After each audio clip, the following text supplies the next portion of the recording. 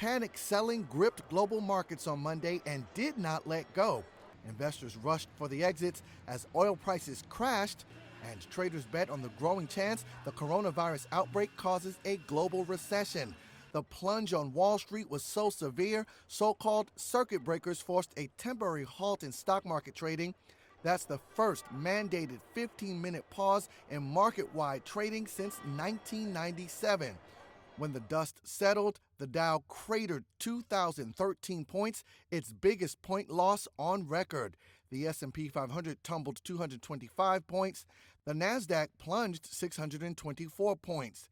The market had its worst day since the financial crisis and as a whole is down almost 19% from the February record high to close at a 9-month low, nearing a bear market. That's when stocks drop more than 20%.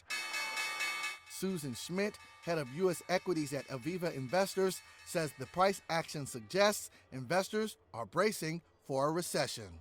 Perhaps this is the rollover that people have been expecting.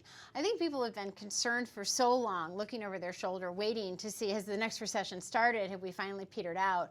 That there is a knee-jerk reaction in today's response and what you're seeing in the market. People are anxiously anticipating that next event that will cause the recession. Could this be it? And I think that's going through a lot of investors' minds.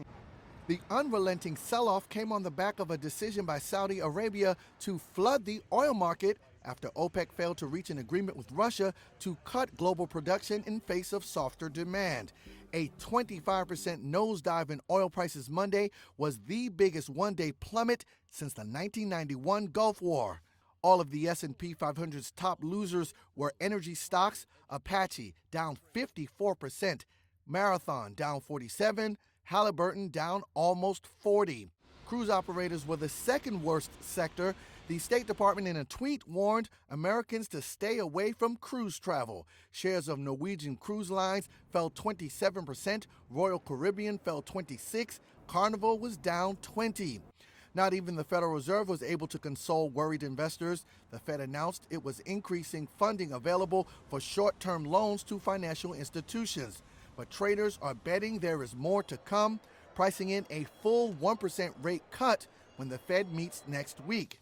That drove more money to safe havens like the bond market. The yield on the 10-year note touched a new record low below 0.4%. And the funk on Wall Street did not let up after reports the White House economic team will meet Monday night to discuss ways to cushion the economy. Earlier in the day in a tweet, President Trump blamed Monday's market plunge on the fight between Russia and Saudi Arabia, along with, quote, fake news.